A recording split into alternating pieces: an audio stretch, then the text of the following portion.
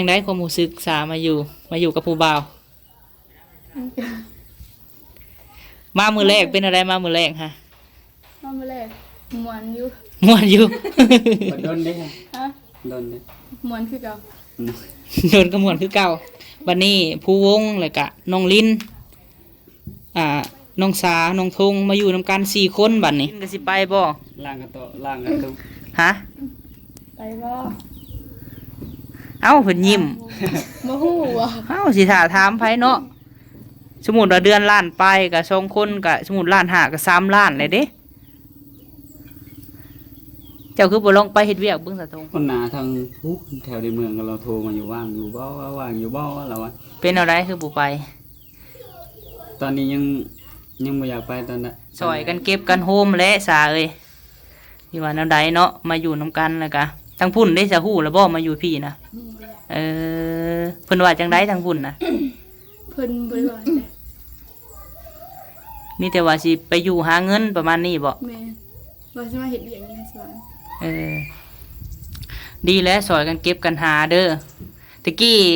จมอยู่ช่วงนั้นค่อยมาหาใหม่ๆนี่จื้ออยู่ว่าจมอันผู้สาวอยู่ไกลเนาะแบบผู้บ่าวกับผู้สาวมันก็แบบห่างเหินกันพี่น้องเอ้ยแต่ว่าอันนี้มาอยู่นำกันกะหักแพงกันให้อภัยกันได้บ่แม่นสิผู้บ่าวเป็นไฟผู้สาวก็สิเป็นไฟเนาะผู้หนึ่งเป็นไฟผู้หนึ่งตัวเป็นน้ำเก็บโฮมสมมุติว่าหาเงินได้เดือนละล้าน5 2 คนก็3 ล้านเลยเด้แล้วก็ออกกันน่ะสมมุติชุมเจ้า4 คนเนาะชุมเจ้า4 คนนางลิ้นนี่ให้ได้ข้าวเดือนละสอบเด้อแม่นี่ก็อยู่กับแม่คือทงก็แบบสมมุติว่าตอนอยู่ในระหว่างนี่ก็ซ้ำว่าผู้บ่าวกับผู้สาวเนาะก็เขากับครอบครัวเขาม.1 หวดมีบ่ในเฮือนนี่ม.1หัวบ่มีม.1 หวดมวยยังบ่มีเนาะแบบหม้อแหกใส่กระโปะบ่มีเล่นบ่มีแต่ว่ามีอยู่หม้อมีอยู่หม้อก็เหมือนกันหม้อกระทะมีหม้อกระทะทองแดงบ่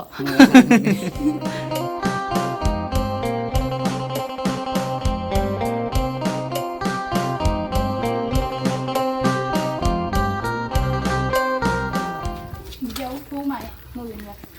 มื้ออื่นเนาะสะอาดสะอ้างเด้อค่ะผู้สาวมาอยู่ระวังพลาดได้แหละเอ้ย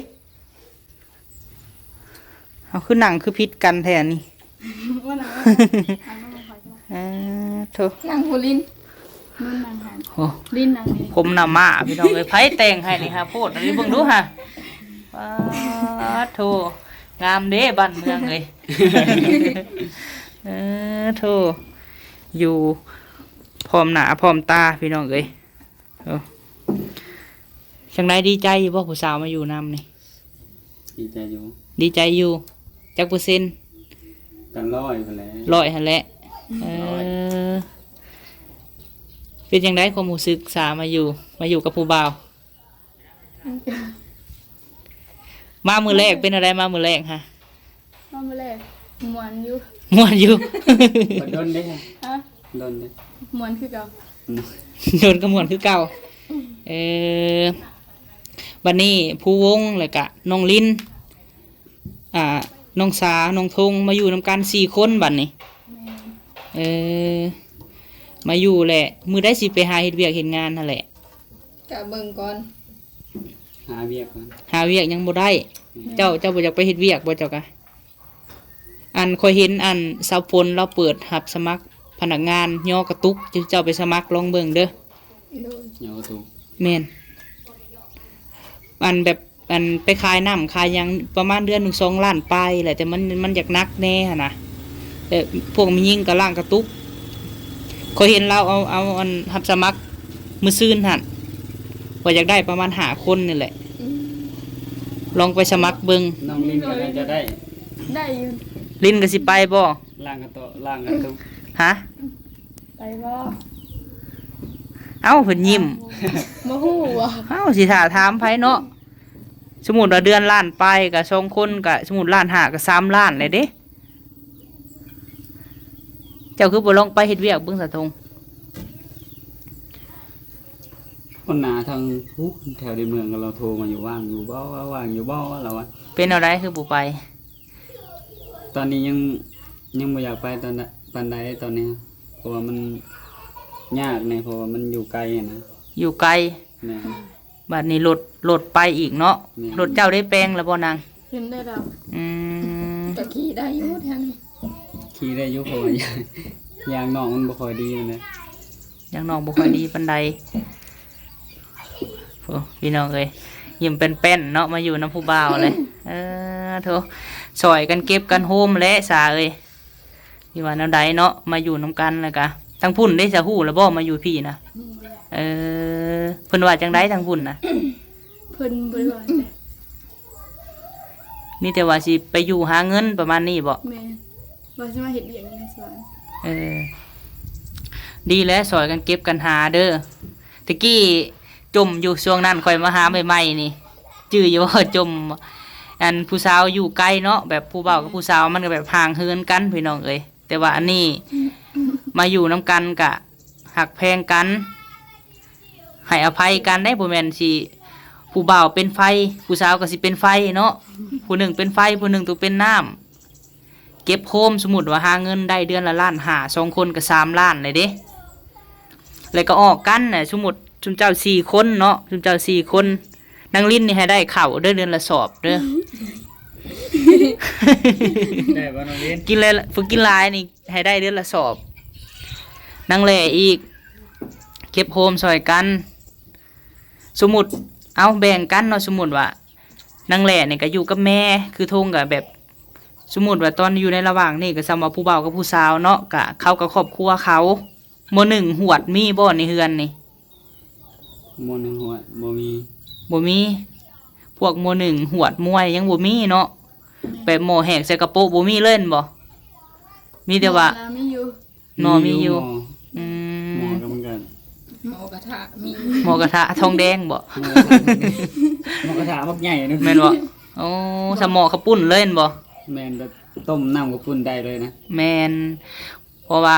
มือข่อยถ่ายคลิปจนเจ้าอยู่ให้หน้ามื้อนั้นก็โอ้ FC ก็เพิ่นก็ย่องเด้เนาะไปอ่านเบิ่งคอมเมนต์เนาะเพิ่นก็ย่องสาวๆแบบเป็นคนดูหมั่นขยันพี่น้องเอ้ย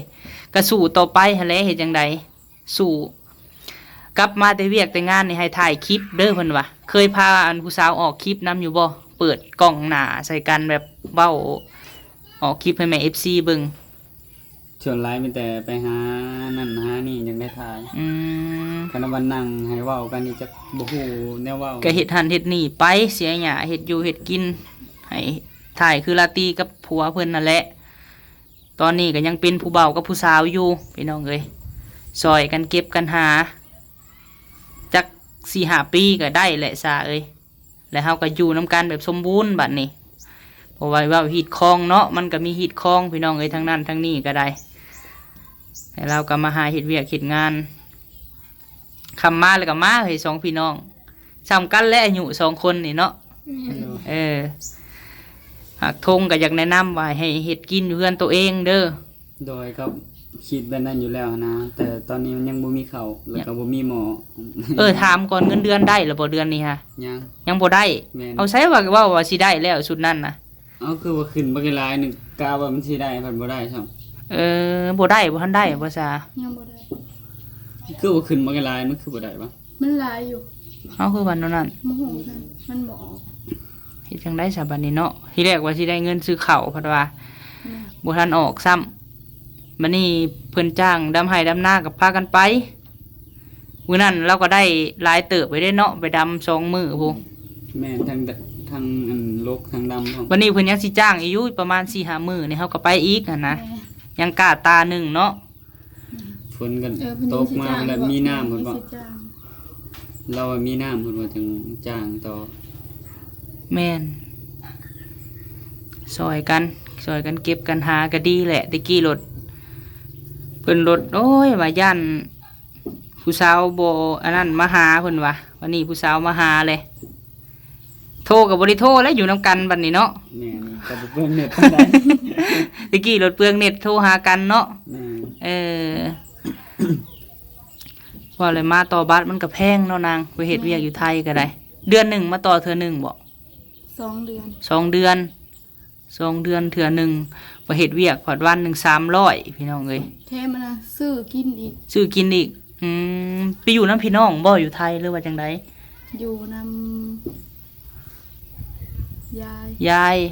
พี่น้องเขาก็ต้องซื้อเนาะว่าอะไรก็ได้เพราะว่า แถ ซื้อ มมานะค่าห้องอีก ค่าห้องเดือนเท่าไรอะค่าห้องค่ะ 1,500 อ๋อทงค่าห้องเดือน1,500 ปัญหาขาของว่าแพงเลย ตกอยู่ล้านปลายเนาะแต่ละเดือนว่าพื้นเงินกีบเฮาก็ได้ มันก็แพงนั่นแหละ แถมซื้อข้าวกินอีกซื้อหยังอีกน้ำกิน น้ำก็ซื้อข้าวก็ซื้อ อันตอนข่อยไปช่วงนครแก่นแถวโรงพยาบาลนั่นข่อยไปซื้อน้ำแบบไปกดเอาหั่นนะแต่ว่าคันซื้อเป็นตุ๊กมันก็แพงเนาะคันไปกดเอามันก็บ่แพงปานใดคือว่ามาอยู่ฝั่งลาวเฮาก็ดีกว่าหั่นนะถ้าสมมุติเนาะซุมเจ้า2คนเอาผู้เฒ่ากับผู้สาว หาเงินแล้วก็ซื้อข้าวมาไว้สอบหนึ่งข่อยว่าบ่เบิดได้เดือนหนึ่ง2คนซุมเจ้านี่แลกก็คือกันกับลินนี่2พี่น้องนี่ให้มันได้สอบหนึ่งแต่ละเดือน ได้อยู่บ่ อันนี้15 ปีเลยได้นี่พี่น้องเอ้ย ไปถามเวียกันเพิ่นหับกับเขาแล้วแหละเนี่ยนะจะไปนำกัน ล่างกระตุกกับเพิ่นบ่อันนั่นดอกล่างกระตุกนะ แต่สองคนไปเฮ็ด เด็กน้อยก็ได้ เขาอันนี้เฒ่าอึ่งลูกสาวเพ่งหั่นดิเฒ่าอึ่งก็ยังไป เห็นอยู่ เด็กน้อยก็เอาคันว่าล่างกระตุกที่ซื่อๆมันบ่ได้เฮ็ดโรงจักรโรงงานแบบล่างธรรมดาให้ซื่อ ล่างกระจุกหายน้ำมีอย่างที่ซื้อ พากันไป จะเห็นไหมคะ ตามใจก็ หายกระตุก หรือว่าสิไปเอาเด็กน้อยบ่เคยบ่เอาเด็กน้อย เคยอยู่ เออเฮ็ดไปซั่นแหละเนาะ แม่ เฮ้ยเนาะดีใจนํที่ว่าผู้สาวมาอยู่นํแล้วก็ได้ ก็มีแต่ฝากแม่ๆ FC เนาะพี่น้องให้กำลังใจเพิ่นในเด้อจังใดก็ได้บ่เป็นหนังสือก็ให้ผู้สาวและตอบคอมเมนต์ให้ ก็คอมเมนต์แนวดีๆในนั้นเนาะ ฮะบ่แล้วเนาะถึงสิเพิ่นสิว่าจังใดก็สร้างเพราะว่าคอมเมนต์แบบเว้าง่ายๆเพิ่นบ่ได้มาหาเฮาอยู่เฮือนเนาะเพิ่นแบบคันเพิ่นย่างมาหาคือข่อยนี่ยังว่าใครแบบยันเพิ่นมาหายมาตีคอมเมนต์มันเป็นตัวหนังสือซื่อ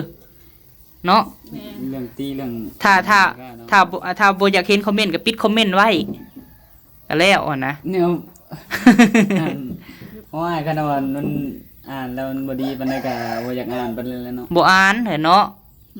เจ้าบ่ส่วนหลายอ่านคอมเมนต์ให้เพิ่นนะเออ ให้เพิ่นอ่านอยู่ ผู้วงเลยจ้ะ อ่านเอง อ่านเองเนาะอันนี้พอเป็นอยู่ เจ้าเฮียนว่าห้องมอหยังก็ น้องม .4 มอสี่อืม อันนี้มอยัง จบม .4 มอสี่คือกัน มสี่อีก นี่จะแนวคือกันวันนี้เนาะ แมนไปลินไปเอาน่ะไปแนวทูพื้นไปน่ะบ่าวซื้อมาให้ไป อยู่ในรถบ่ แมนงามเลยพี่น้องเอ้ยเบิ่งแน่ว้างามแต่ร่องกะโลนี่แหละข่อยผู้ร่องใหญ่ๆพี่น้องเอ้ยสะโปมือร่องกะโลก็ได้ อย่าแนวออกคนจะ อย่าแนวออกบ่แม่นเพิ่นบ่ได้แนวบ่นาง แมว หึงแล้วมันออกบ่ แม่นเพอมันอยู่นอกเนี่ย อยู่ก็หักแพงกันแหล้วน้องเอ้ยเฮ็ดจังไดบอกเอาเฮ้ยแนวใดมันดีก็บอกกันแหละก็คือกันเฮ้ยมาอยู่ก็หักแพงกัน ถ้าผู้เบาเป็นไฟผู้สาวอันเป็นไฟกับมันซุ่มใส่กันมันก็อยู่นํกันบ่ได้นั่นแหละอดทนเอา ตรงนี้ผู้หนึงมาโฮดเนาะน้อง ทั้งแหล่และเป็นคนฮดก็ได้ เอออันนั้นแหละล่ะ แล้วสีอันนั้นอีกเด้สียังวะสีบัว น้ำยาสีบัวแจ๊ข้างในได้สียังจ้ะ น้องเบิ่งมึงดูค่ะ โอ้ แทน สีชมพูอีกบ่นี่น่ะ คือกับของแม่เจ้ามือน่ะเล่นบ่ พี่ฟ้า สีฟ้าอ่ะสีฟ้า คอยเบิ่งกับสี เบิ่งสอดทั้งทุกอย่างหมดว่าสีชมพูว่ะ โอ้ยหลายมือแล้วตั้งแต่มือเฮามาแต่พุ่นแหละ เด้อันนี้มันสีม่วงอันนี้ม่วงว่ะ งาม จะไปลงเห็นแนวทาหนาได้เนาะ อันนี้เล็กแน่นเนาะอันนี้เนาะเล็กแน่นดีอันนี้ ใส่อันหนึ่งคือใบอันหนึ่ง อันนี้นะกุ้มโดนเติบอยู่ดอกแหละเอ้ยวันนี้สาวสาได้สิเป็นแม่สีเรือนพี่น้องเอ้ยได้คนคุมแล้ววันนี้น้องทง นี่มันอาร์ต บ่ดามมันอันนี้หันเนี่ยนะดามมันนี่ดามมันต้องหัน ตัวเก่ามันฮักบ่ทงเรือจังได ตัวเก่ามัน มันหลายปีเลยเนาะ แม่น บ่แม่นสิลงเอาแป้งขุใส่ทาหน้าได้แหละเอ้ย เป็นดอกมันนุ่มก็สิทาเนาะ รู้สึกว่าแน่นกว่านั้นตัวนี้เนาะ เออแต่ว่ามันก็สะอาดเลยแหละพี่น้องแต่ว่าเราก็บ่ใส่น้ำบ่ได้ใส่น้ำยาแล้วใช้เราทูให้แม่เพิ่นเบิ่งก่อนสะอาดสมกับเพิ่นว่าเลยได้เนาะพี่น้องมื้อเฮาไปหาเฮือนน้องแหล่มื้อนั้นเพิ่นว่าโอ้เฮือนข่อยแฮงสะอาดเพิ่นว่ามาก็สะอาดอีหลีพี่น้อง หนองมันใส่มา ทางขึ้นน่ะต้องหาซื้ออันนั่นซาเอ้ย อันนี้ แบบ มีของ ย่องแบบนี้แหละแนวเสร็จตีนเสร็จเท้าพี่น้องแม่นประมาณ25,000นี่แหละ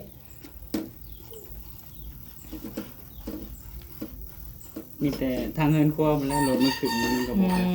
อย่าเลยทางนั้น ใส่หัว ใส่เท่าใดอันนี้อย่าพูดเลย ใส่เบิ่งดูค่ะใส่เบิ่งดูว้า คือเงาะป่าแฮ่นี่เนาะ ใช่แหละอันแนวหันอยู่ในนี้เด้เอามาดู มันเหมือนมีทาง อยู่นี่บ่มีบ่ มีผ้าอันอยู่ในนี้ ใส่หายเลยดิทำลิ้น ใส่หายจากเดามันบ่มีผ้าอันอยู่ในนี้ เอาหายแล้ว เอาหายแล้วน่าจะได้แบบนี้บ่ อ้าว ถ้าบ่เห็นก็สงสัยอยู่เฮือนค่อย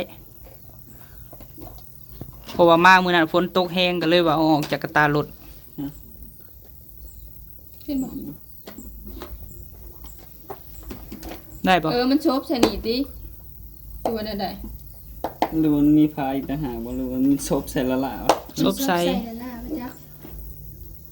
ได้ชบใส่นำบ่จ๊ะ เบิ่งดู นี่ดิมันบนชบมันดิ ได้บ่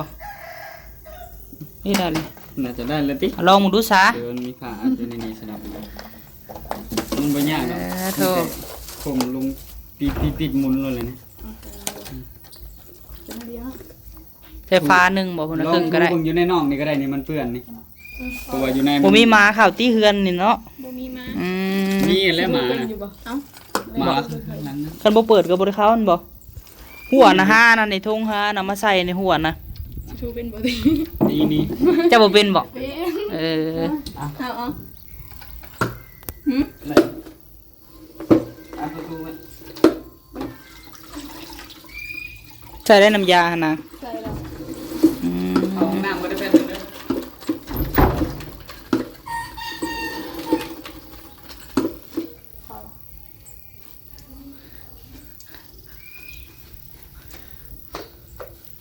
เอ้า ซบให้มันลงอีกก่อน นู่นน่ะจะเห็นได้เลย คือว่าแล้วคันเด็กน้อยมากก็บอกเขาเนาะฝนตกซ้ำมันเปื้อนพี่น้องเอ้ย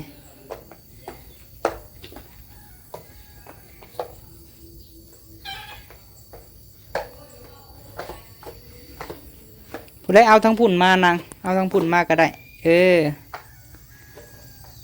บ่ให้มันอันน่ะห้อยเฮา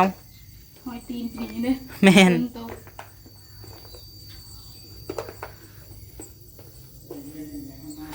มาอะไรก็ควรสะอาดให้เพิ่นติ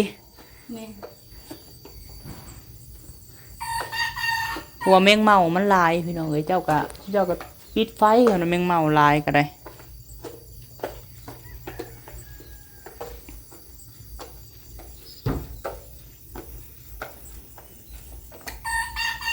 หล่องกะโลเพิ่นน่ะใหญ่ๆพี่น้องเอ้ยผู้เกือบเป็นซ้ำนิ้วมือ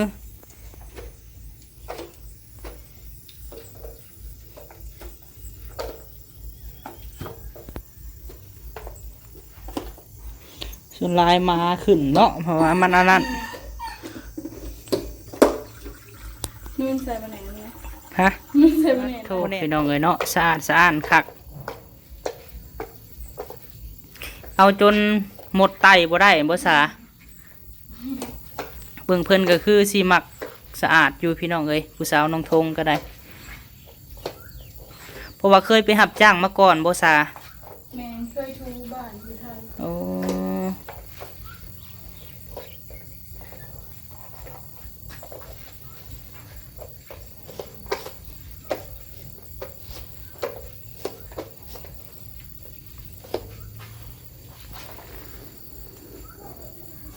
อาดแล้วบานนี้ยังทางพี่ได้สาเอ้ยทางคอยนั่งพี่เอาเป็นเบื้องไป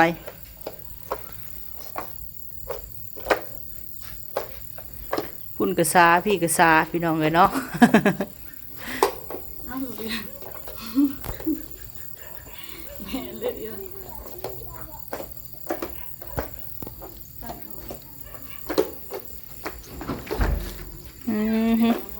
พอลาดได้ฮะหากระทูแล้ว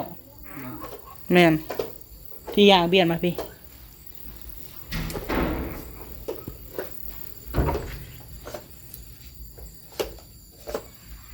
งามบ่ทงเกี่ยงปลาลอยอยู่แม่นบ่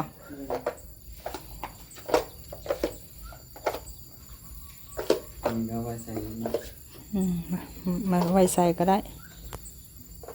เป็นยังไงแม่น้องทงอาการเพิ่นระเว้าสุพังอยู่บ่ใครเศร้าเลยบ่เป็นอะไรทงอาการแม่จ้ะนะ แล้วยังบ่ได้วางนะ บ่ได้ว่าหยังเลยบ่ไปมื้อนั้นเพิ่นว่าให้เอาเงินให้เพิ่นซื้อยามื้อนั้น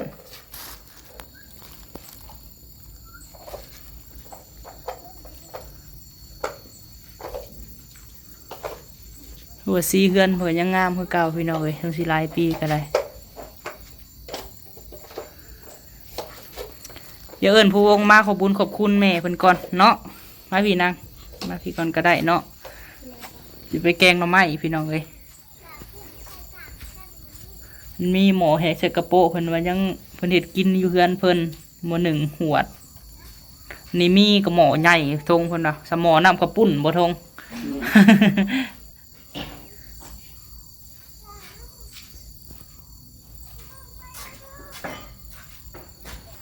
อ๋อสิมาต้มหน่อไม้เลยพี่น้องเอ้ยสาวแหล่บ้านนาลิ้นได้จ้ะ นี่ เอา จาก เนาะ ไปอยู่คนเดียว ให้เพิ่นนั่งใกล้ๆกันก่อนพี่น้องเอ้ยพอดีว่ามีทางแม่เนาะเพิ่น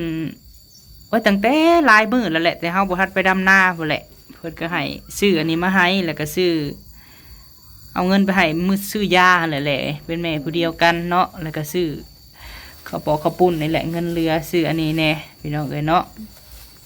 เป็นเงินแม่ฮักของเจ้าเด้อทงเด้อ โดย ตั้งแต่ข่อยซื้ออันนั้นไปให้แม่เจ้ามื้อนั้นพุ่นแหละซื้ออันให้เราซื้อยาซื้อหยังเป็นเอาได้แม่เจ้าหั่นแหละ จะไข่แหน่แล้ว ใครแน่บ่ โดย อืมต้มผักบัวเฮือดเซาเผ็ดน่ะไปซื้อเอาเด้อ โดย สั้นกะปลาแก้วตะกี้ให้แม่เจ้าก็เคยเป็นปลาแก้วแล้วเว้านะตั้งแต่อยู่กับพ่อเจ้าพุ่นแหละอันนั้นก็ไปบูชาแม่นบ่วะขอยได้ยินแล้วสอนให้ฟังมื้อก่อนหั่นแลไปเอาหวานน้ำลาวมาต้มแล้วก็เซาแล้ววะเพราะว่าย่านแบบเลือดมันออกตลอดนะเป็นแม่ยิ่งแล้วย่านแบบเป็นหยังแบบก้อนเนื้อเป็นมะหลอกมะเร็งเพิ่นว่าหั่นนะคันว่ามีเงินก็พาเพิ่นไปกวดแน่ โดย เพราะว่าเลือดมันไหลออก เราอายุประมาณ40สิสุดเลือดบ่หรือว่าจังไดบางท่านเพิ่นก็คอมเมนต์มาว่าเลือดออกหลายๆแบบนี้สิสุดเลือดเพราะว่าแม่เฒ่าก็สอนทุกข่อยฟังว่าตอนเราอายุประมาณ40เราก็เป็นแบบแม่เจ้านี่แหละ โดย เพราะว่าแม่เจ้าแล้วว่าเราอายุ30นี่มันยังบ่สุดเนาะคันว่า40นี่สุดเลือดนะ น่าจะ40แล้วที่ หากเราบ่ฮู้เนาะ แม่น ประมาณ40นี่แหละเพราะว่าเจ้าก็23 24บัดนางแหล่ก็18นางลิ้นก็15เลย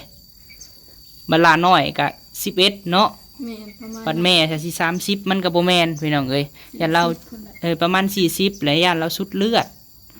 แต่ถ้าว่าคันอายุประมาณ30นี่คือแม่เจ้าว่านี่ แบบย่านแบบเป็นพวกมะหลอกมะเร็งอ่ะนะแบบเพิ่นแนะนำมาว่าให้ไปหาหมอเบิ่ง โดย สุดท้ายนี่ให้เจ้าขอบคุญขอบคุณเด้อเพิ่นกับเน้นความมาอีกว่าให้เท่าทงมันลงคลิปหลาย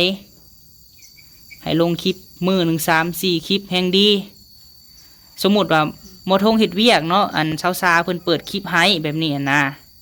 เพิ่นก็มีแต่แนะนำเพื่อหยังเพื่ออนาคตของคุณเจ้าหั่นแหละเนาะเฮ็ดเพื่อภัยก็เพื่อคุณเจ้า2คนเพื่อหาเงินได้วัดหน้ากะเอาคือฝันหั่นแหละเนาะเห็นแนวใดหาเงินสู่ขอแต่งงานกันหาจัก4-5 ปีเพิ่นว่ายังบ่ได้ก็ได้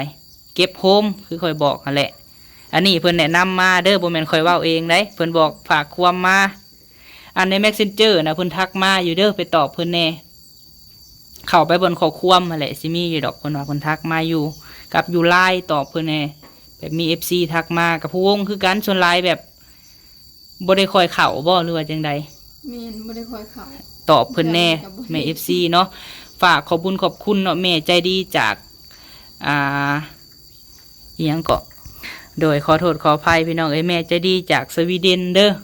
กลุ่มแม่ฮักเจ้าแหละมีคนฮักแล้วก็มีคนซังคนเฮาค่ะพี่น้องเอ้ยเนาะว่าแบบตรงๆถ้าเฮาเฮ็ดดีทำดีก็สิมีคนฮักแพงเฮาหลายขึ้นดุหมั่นขยันจากที่ว่าขยันซำนี้เด้อสาเด้อมื้อต่อไปให้ขยันขึ้นกว่าเก่าอีกดีเยี่ยมมื้อนี้ฮะมาเห็นผลงานในแม่นเกลี้ยงภูมิใจบ่ โดยฝากขอบุญขอบคุณเพิ่นแน่เนาะแม่ฮักจากสวีเดนเด้อ เริ่มว่าน้องแหละ โดยทางน้องแหล่ก็ขอบุญขอบคุณแม่ใจดีที่อยู่สวีเดนเด้อก็ขอให้แม่เพิ่นอยู่ดีมีแห้งความเจ็บอย่าได้ความไข่อย่ามีปรารถนาสิ่งใดก็ขอให้ได้สิ่งนั้นเดินทางไปใส่มาใส่ก็ขอให้ปลอดภัยเฮ็ดธุรกิจหยังก็ขอให้เจริญเด้อร่ำรวยเด้อสาธุ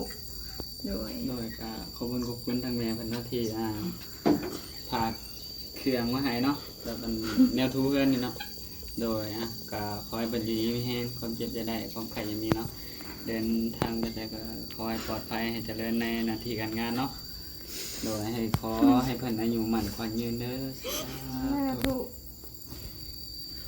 นางลิ้นบาดนี้เนาะ